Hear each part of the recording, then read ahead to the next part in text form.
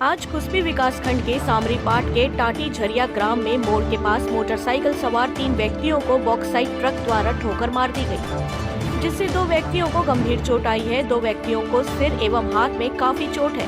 तीसरे व्यक्ति को पैर में काफी चोट पहुंची है।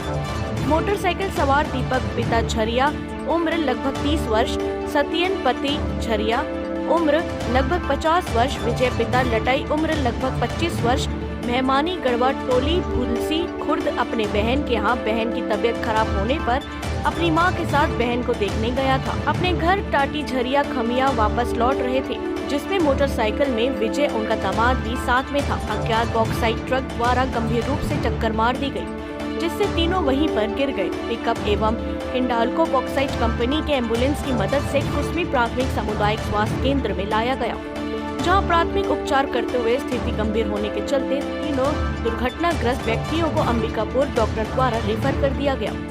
मौके पर कुस्मी अस्पताल में घटना की जानकारी सुनते ही कुस्मी एसडीएम चेतन साहू, बीएमओ राकेश सिंह ठाकुर, बीडीसी खसरू भगत सहित अन्य लोग उपस्थित होकर घायलों को इलाज कराने में सराहनीय योगदान दिया।